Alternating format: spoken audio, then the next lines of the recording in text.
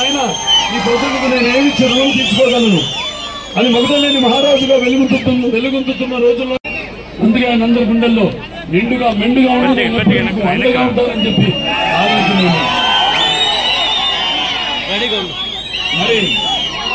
మళ్ళీ తెలుగుదేశం అధికారంలోకి రాగానే ముందుగా అంబేద్కర్ విదేశీ విద్య పేరు మార్చేశాడు.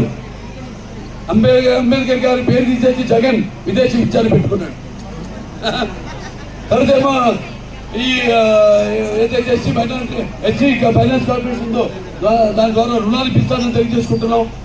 అలాగే ఈ యొక్క బెస్ట్ అవైలబుల్ స్టడీస్ అందరికీ యువతకు అందేలా చూస్తాం తప్పకుండా.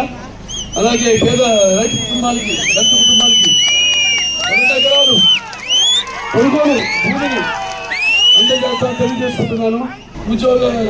పరిశ్రమలు రాక ఉద్యోగాలు లేక మరి అలా ఈరోజు పక్క రాష్ట్రాలకు వెళ్ళిపోయి వలసపోయే పరిస్థితి. పక్క రాష్ట్రాలకే కాకుండా ఇప్పుడు ఈ యొక్క గంజాయి అలాగే డ్రగ్కి బానిసలు చేసే వాడికి ఇచ్చిన మాటను తప్పిన మోసగాడు ఈ జగన్. జరుగుతుంది చెప్పాను, రేపు జరగబోయేవి కూడా చెప్తున్నాను. మన తెలుగుదేశం అధికారంలోకి సైకిల్ గుర్తుకే మీకు 2 ఓట్లమ్మా. తల్లి అన్నంలో పిల్లలు చాలా మంది కుర్రాళ్ళు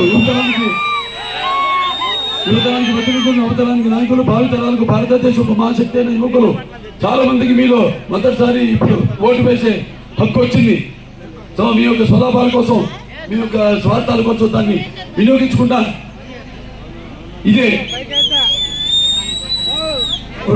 ఉత్సాహంతో ఈ యొక్క ప్రజాస్వామ్యాన్ని నడిపించవలసిందిగా మిమ్మల్ని అందరినీ ప్రాధాయపడుతూ మీ అందరికీ ప్రాధాయపడుతూ నేను సెలవు తీసుకుంటున్నాను. జై తెలుగుదేశం, జై తెలుగుదేశం, జై తెలుగుదేశం.